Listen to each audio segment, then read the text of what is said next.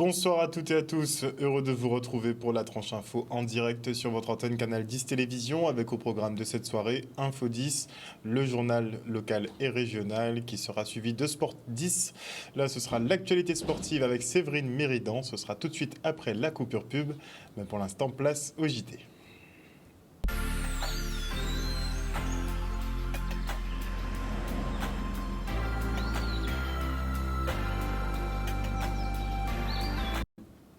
Nous sommes le vendredi 1er juillet 2022 et les forces de l'ordre se préparent activement pour la période estivale avec un regain des contrôles routiers. Hier soir, les policiers donnaient le la avec un contrôle d'alcoolémie dans la zone festive de la marina de Pointe-à-Pitre-Gosier.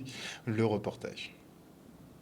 Oui, évidemment, depuis le début de l'année 2022, malheureusement, on est sur la lancée de 2021, qui est une mauvaise lancée avec des drames sur les routes qui sont trop récurrents.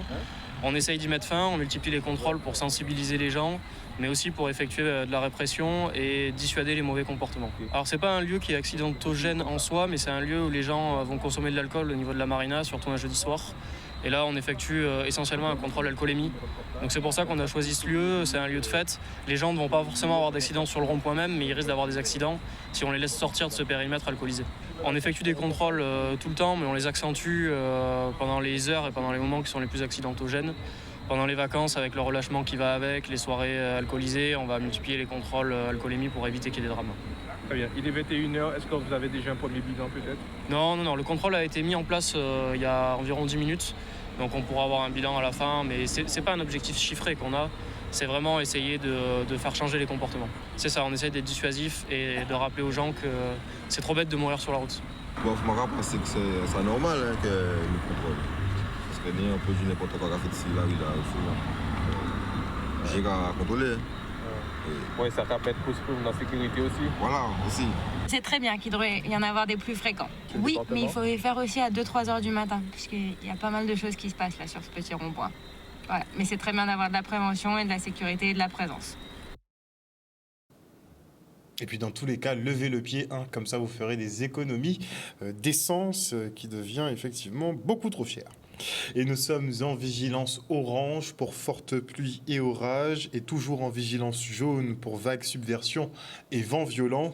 Comme prévu, les ondes tropicales numéro 12 et 13 ont fusionné, ce qui génère des conditions pluvio-orageuses sur tout l'archipel. Un temps instable qui devrait durer jusqu'à demain samedi.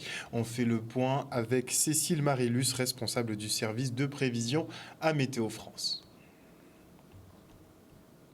On va faire un point évidemment sur la situation météo. Donc ce qui va intéresser la Guadeloupe dans les prochaines heures, eh bien, c'est l'onde tropicale que nous voyons sur l'image qui est derrière moi. Donc c'est une onde tropicale forte.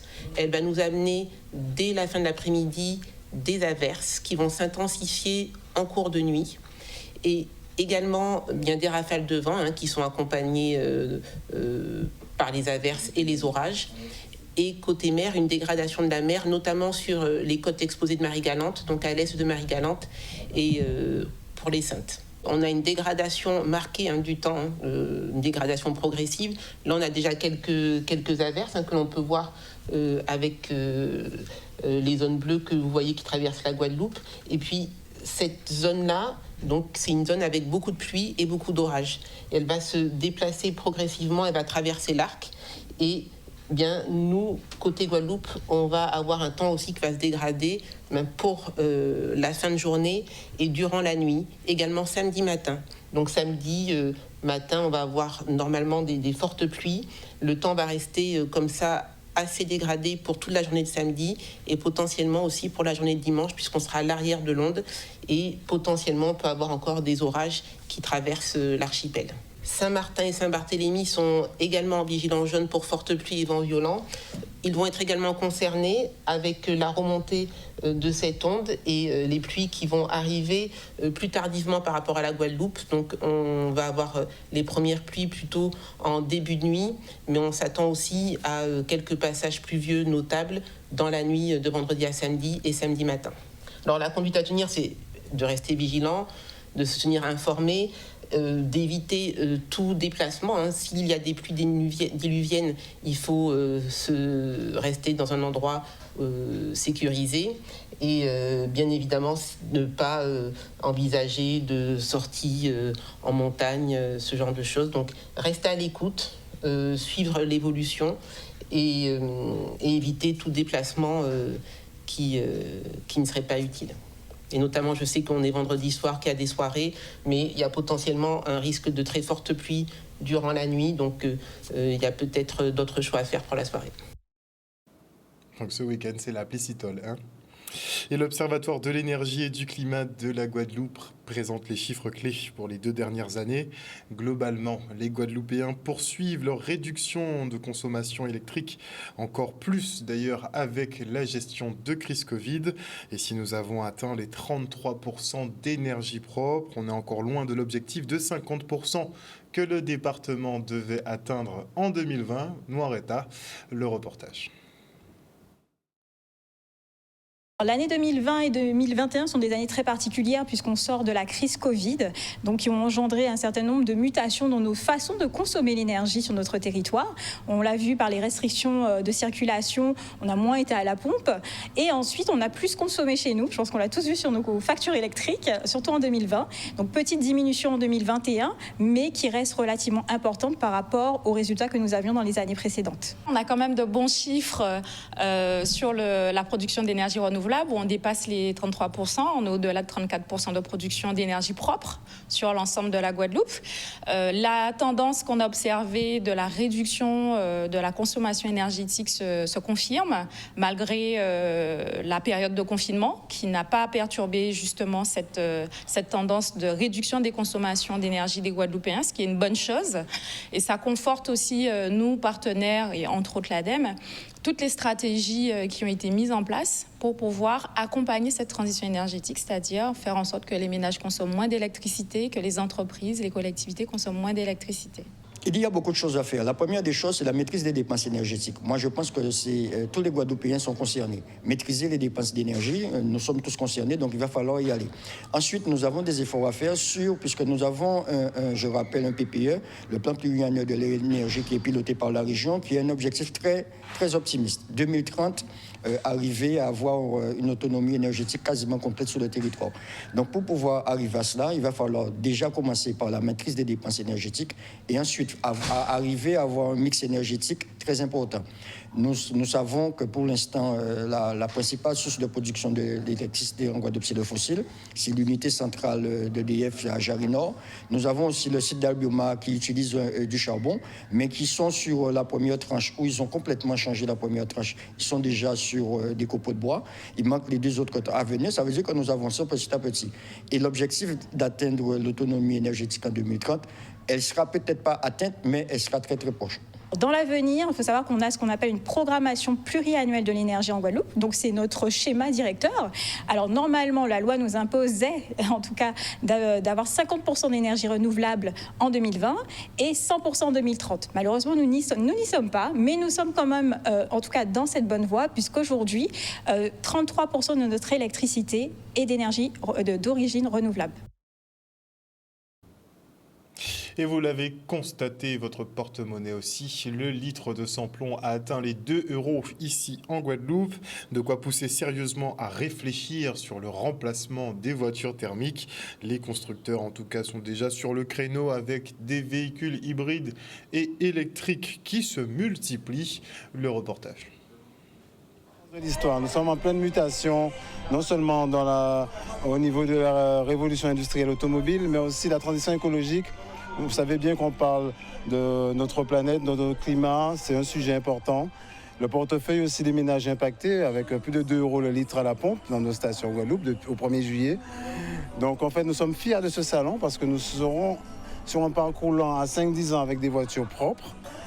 Donc notre ambition est là. Donc venez essayer, on a plus de 15 ou 17 modèles sur ce salon. Aujourd'hui jusqu'à 18h, demain jusqu'à 18h et dimanche matin, avec tous les modèles de la gamme.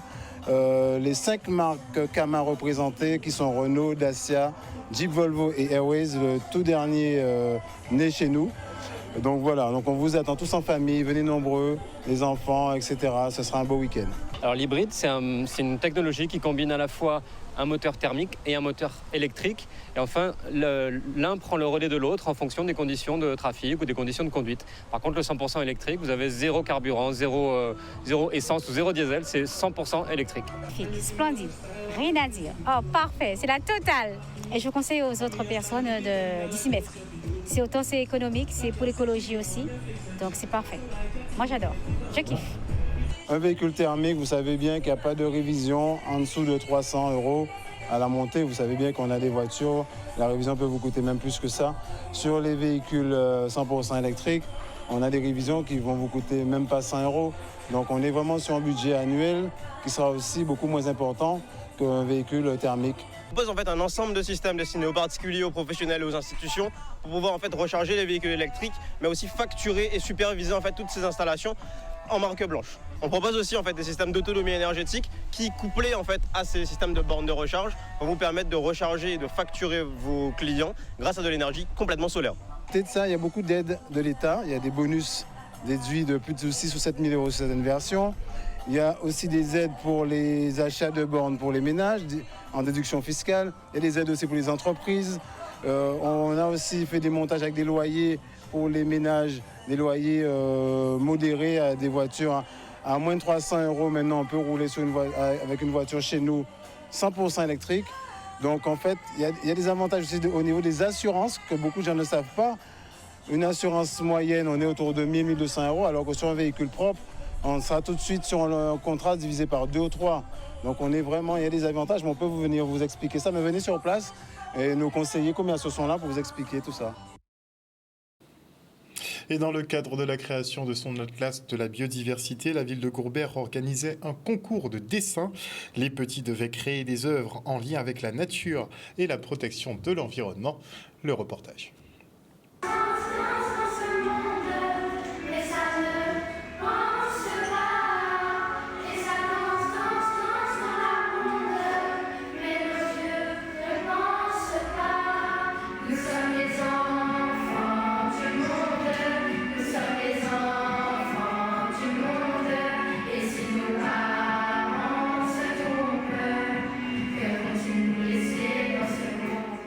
L'objectif pour nous, c'est de mettre en place cet atlas de la biodiversité en partenariat avec la commune de la ville de Gourbert. Et dans ce cadre-là, on a plusieurs actions. Et on a cette année, en partenariat toujours avec cette commune, on a mis en place ce concours de dessin sur la biodiversité qui fait partie d'une action dans le cadre de ce programme ABC. Toujours compliqué de faire des choix, surtout quand il s'agit de production de la part des enfants. Donc, parce qu'on a envie d'encourager et de créer l'émulation. Donc, c'est un peu difficile de laisser sur le côté. Donc ça, mais dans l'ensemble, tout, disons, était assez productif et avec un bon niveau de réalisation. Donc ça, voilà, c'est gérable, on va dire.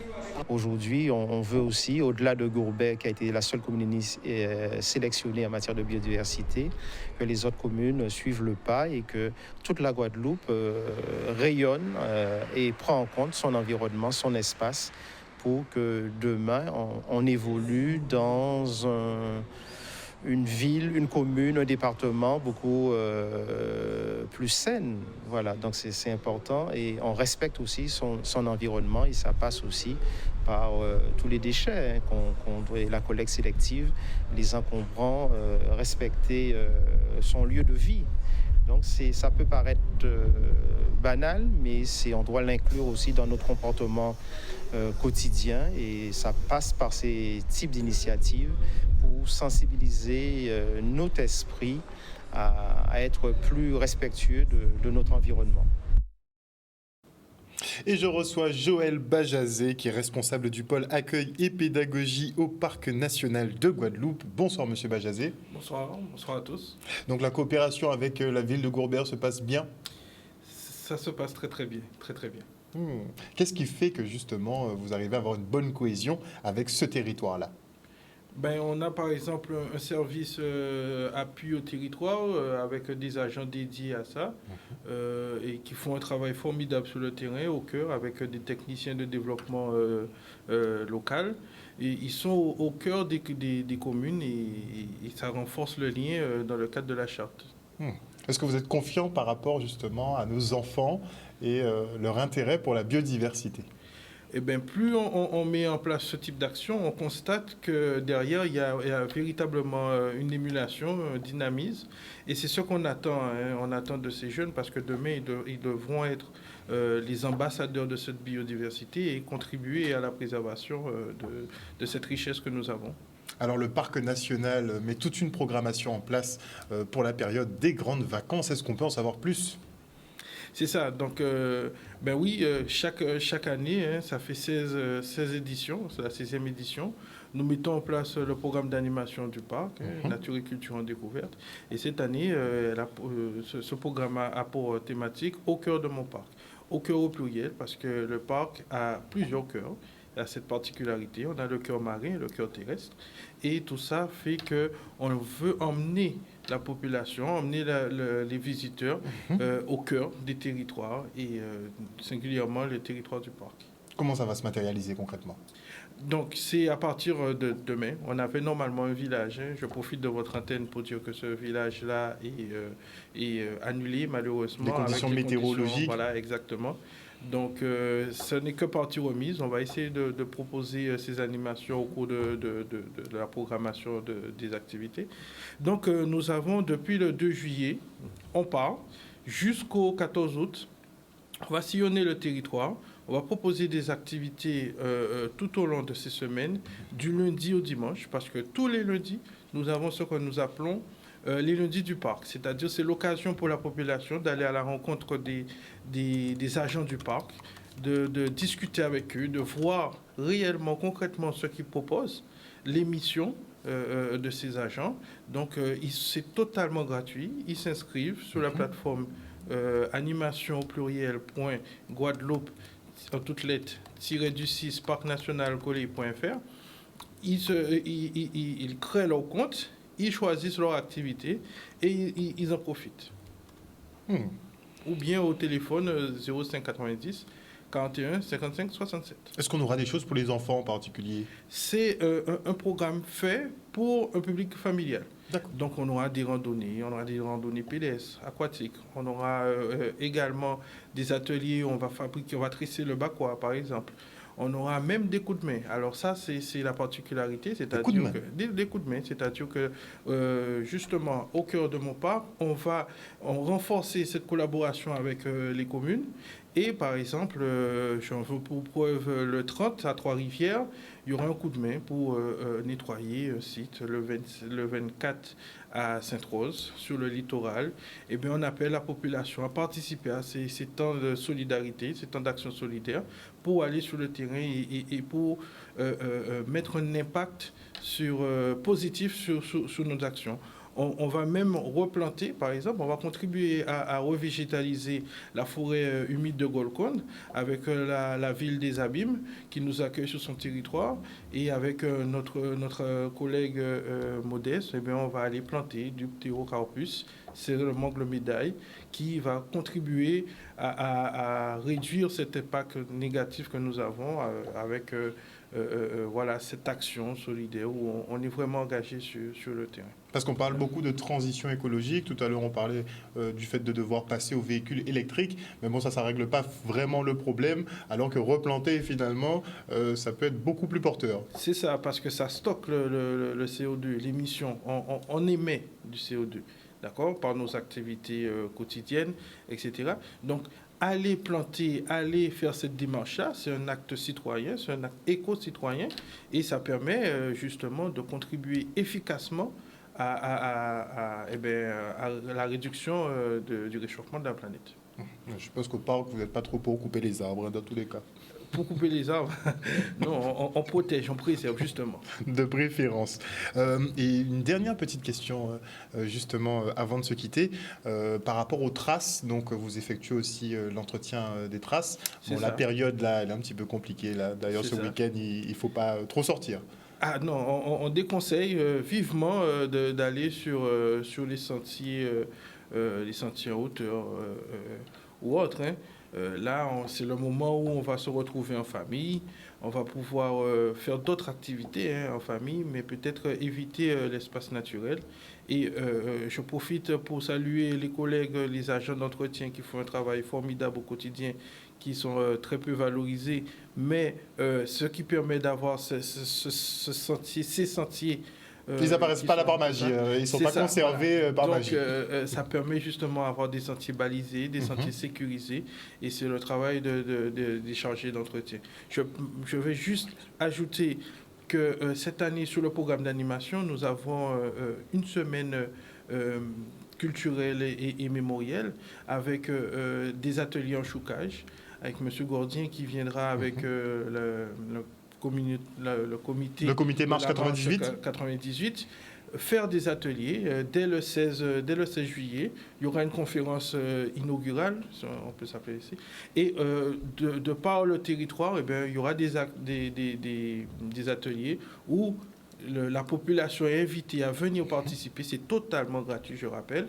Venir participer, faire son travail. Ceux qui avaient déjà entrepris des travaux sur la généalogie, et bien, venir avec ce qu'ils ont et venir à la rencontre de ces acteurs. J'aime bien le petit parallèle entre la nature, justement, donc ces arbres dont on vient de parler, et la généalogie sur laquelle vous travaillez. On n'a pas fait exprès, mais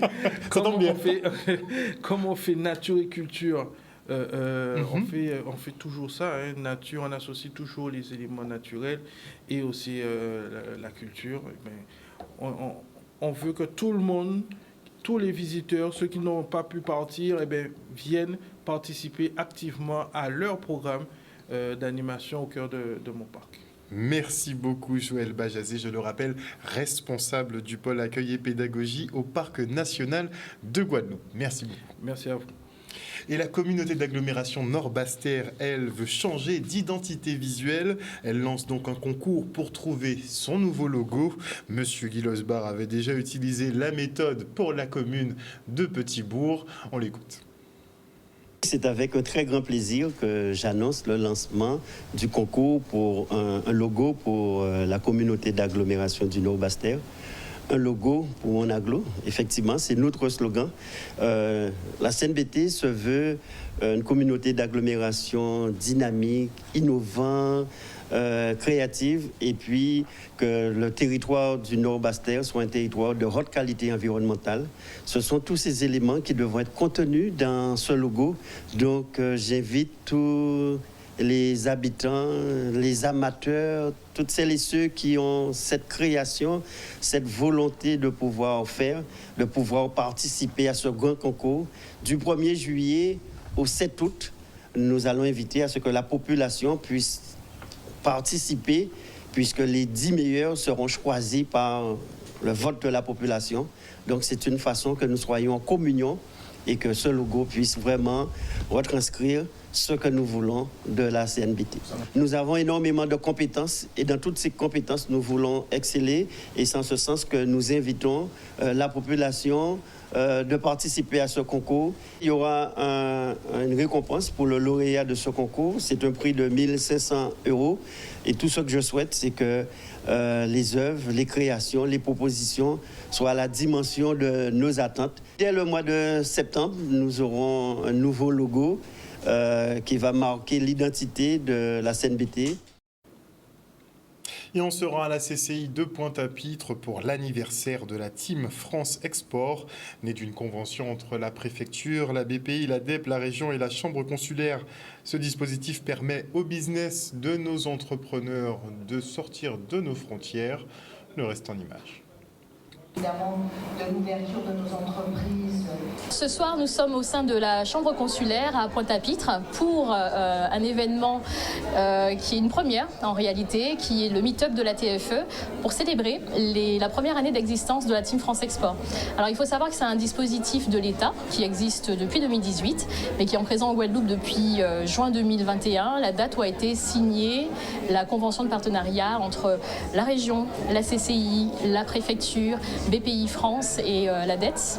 Ce sont les 5 partenaires en fait, qui sont signataires et qui sont aujourd'hui réunis en une team, c'est pour ça qu'on parle de la Team France Export, qui accompagne tout chef d'entreprise qui veut aujourd'hui exporter son savoir-faire et ses produits à l'international. Dès la création de la société, il était question pour moi d'aller à l'international et notamment de faire vraiment tout ce qui est région tropicale parce que pour moi la Guadeloupe est un excellent terrain de jeu. On crée des choses, il y a du business à développer mais aussi du business à dupliquer dans d'autres régions avec le même climat, les mêmes cultures, les mêmes choses. Donc très rapidement on voulait aller sur l'Afrique de l'Ouest, l'Asie du Sud-Est, etc. Et on a utilisé les différents dispositifs à notre disposition pour pouvoir atteindre nos objectifs. Et actuellement, Maïditech est en Martinique, à La Réunion, au Togo, au Bénin. On commence à faire Mayotte et on développe même des choses dans le sud de la France. Donc, voilà. Aujourd'hui, on a la possibilité, en passant par notre bureau, d'être orienté vers les différents partenaires, privés ou publics, parce que quelque part, c'est, on va dire, le meilleur des deux mondes, de réunir tous les acteurs qui aujourd'hui peuvent encadrer une entreprise qui soit exportée sur les volets logistiques, bancaires, juridiques également. On a la possibilité de préparer les entreprises à des déplacements internationaux, participer à des salons, de mobiliser pour les entreprises un certain nombre de subventions. En fait, on va s'assurer que toute la boucle du début du projet, qualifier le projet export, faire un diagnostic export de l'entreprise, s'assurer qu'elle ait les finances nécessaires et derrière l'accompagner pour une préparation.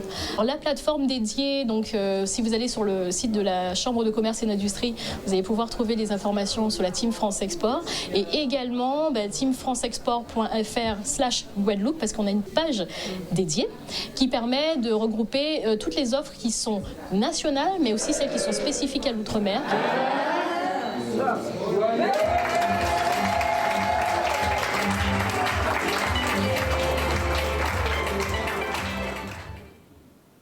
Et les vainqueurs du challenge U11 académique s'envolent pour le Centre national de football de Clairefontaine.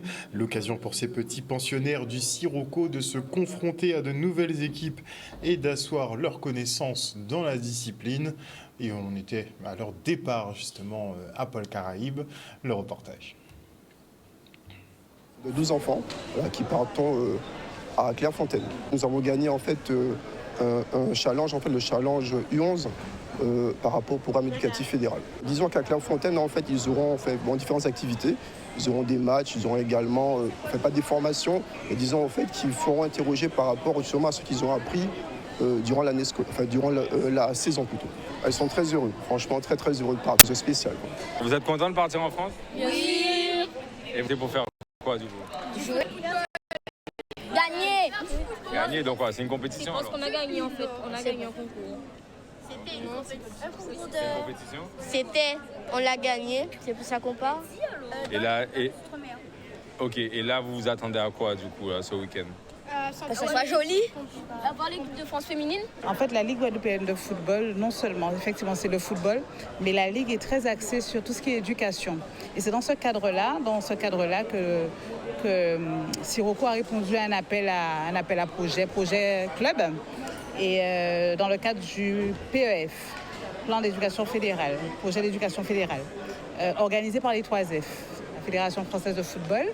Et donc du coup, la Ligue, on a eu la réponse des 3F le 14 juin. Donc on a été très heureux d'annoncer au club Sirocco qu'ils étaient primés pour représenter l'outre-mer à ce projet éducatif fédéral.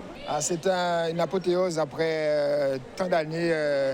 On a créé notre baby-foot, notre école de baby-foot il y a 10 ans au Sirocco. Et au bout de 10 années, on arrive à emmener une équipe lauréate à Clairefontaine. Je crois que c'est un rêve pour eux parce que c'est quelque chose d'extraordinaire. Moi, je ne suis jamais allé à Clairefontaine. Donc tous ces jeunes-là, aller à Clairefontaine et voir les membres de l'équipe de football féminine, c'est un rêve pour eux. Je crois qu'ils auront plein d'étoiles dans leur tête. C'est le plus important. Emmener 12 enfants avec un résultat de projet, ça démontre que le Sirocco, c'est le foot, mais aussi accompagner les jeunes aussi à leur orientation. Je crois que c'est fabuleux. Et ils sont une douzaine, bien entendu, pour passer 4 jours à Clairefontaine par rapport à ce projet qu'ils ont gagné. En tout cas, je peux t'assurer que nous sommes fiers aux Abîmes, fiers d'avoir eu une belle équipe mais qui sait aussi, bien entendu, tout mettre en place pour accompagner les jeunes. 1, 2, 3, 6 À noter que le préfet a sorti hier un arrêté pour prolonger les mesures pour les voyageurs. Ce sera donc jusqu'au 29 juillet prochain, jusqu'à fin juillet. Et donc, vous devrez continuer à présenter votre statut vaccinal, un test PCR de 72 heures ou bien un certificat de rétablissement pour voyager. Je rappelle que l'extension a été actée jusqu'au 29 juillet prochain, sachant que le pass sanitaire et vaccinal doit sauter normalement fin juillet si le projet de loi n'est pas retoqué entre-temps, mais ça ne semble pas dans la volonté du gouvernement actuellement. Et notez pour le week-end que vous pouvez participer à la 4e édition de la Festi Soupe Carmelita, le festival de la soupe créole qui est en mémoire de la fondatrice Carmélite Jeanne. Vous aurez un échange ticosé avec KBM à 9h et puis après il y aura les soupes qui vont arriver sur le coup de midi, de quoi vous restaurer.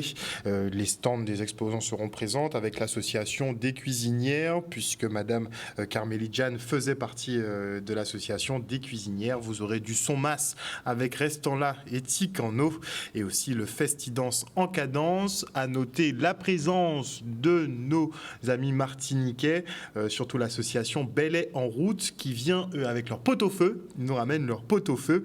Et donc tout ça se passe ce dimanche 3 juillet à partir de 12h au local de la JSF, route de la plage à Saint-Félix. Et sinon, vous avez aussi le salon VG Créole. Donc sur la Grande Terre, on a le rassemblement de la JSF, et sur la Basse Terre, vous avez au niveau du ranch de Petit-Bourg à partir de 9h, toujours ce dimanche. Donc c'est le salon végétal, hein. C'est pas que pour les véganes, c'est le salon végétal créole. Donc il y aura à peu près 70 voire plus d'exposants et de producteurs locaux qui viendront vous proposer justement leur réalisation. À noter que moi je suis particulièrement fier de nos producteurs parce que leurs réalisations sont très abouties. On est très bon dans ce qu'on produit, donc n'hésitons pas. Circuit court, consommons local. Tout se passe ici en Guadeloupe. Et donc voilà, chers téléspectateurs, nous sommes arrivés au terme de ce journal. Merci pour votre fidélité à ce programme. N'oubliez pas que nous sommes passés en vigilance orange pour fortes pluies et orages. Les grains pluvieux orageux vont toucher un peu tout le département normalement jusqu'à dimanche. Donc soyez très prudents aux abords des cours d'eau, en montagne. Évitez les randonnées ce week-end, vu que les sols sont déjà un peu gorgés et ça risque d'empirer dans tous les cas. Alors préservez-vous un maximum. Comme je vous disais, c'est la Piscitole. Profitez, hein. Une bonne soirée à vous sur Canal 10. Bisous, bisous tout le monde.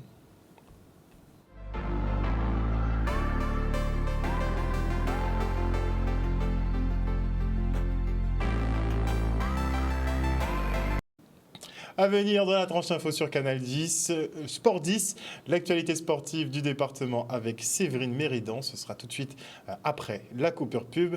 Et avant cela, je dis bonsoir à qui de la team est présent ce soir. Perle de Caruquera est là, Marius Labissi aussi, Lydia Luce, bonsoir à Gridouchou, à Mouton Lucide, à Ampassav Mako, bonsoir à Marie-Hélène Borès, bonsoir à Jimmy Kamagouva Aliar, bonsoir à Ghislaine Calif, bonsoir à Moïse Caramel, bonsoir au général Franck Abar, bonsoir à Patrice Mathurin Félicité, bonsoir également à qui d'autre, à Kitoun Cyprien, bonsoir, qui d'autre, à Cathy Touchot, bonsoir, à Lydie Ratier, à Viviane Coton, à Johanna Bon, bonsoir, on va aller vers la fin pour changer, bonsoir à Bertrand Herlem également. Bon, je vois que vous avez fait un petit débat sur Monsieur Gordien. Alors, je comprends que vous fassiez le débat, je comprends effectivement, bon, on ne peut pas toujours être d'accord avec tout le monde, surtout dans tous les cas, mais les êtres humains, on est comme on est, vous voyez, et je pense qu'il n'y a pas tout à jeter chez quelqu'un, vous voyez. Il peut y avoir des bonnes choses, des mauvaises choses, on est tous un peu faits de la même façon, avec du bon et du mauvais, et donc je pense qu'il ne faut pas catégoriser forcément les gens parce qu'ils ont un avis sur quelque chose ou bien qu'ils ont fait quelque chose, vous voyez. Je pense qu'il faut quand même laisser une petite marge pour pouvoir prendre le bon de ce que chacun a à offrir, même si on n'est pas forcément d'accord, voire pas du tout. Une bonne soirée à vous, en tout cas, sur Canal 10. Un bon week-end, prenez soin de vous et de vos proches. Moi, je vous retrouve lundi. On tient bon, on garde la bonne humeur, hein. On sourit malgré tout. Allez, bisous, bisous tout le monde.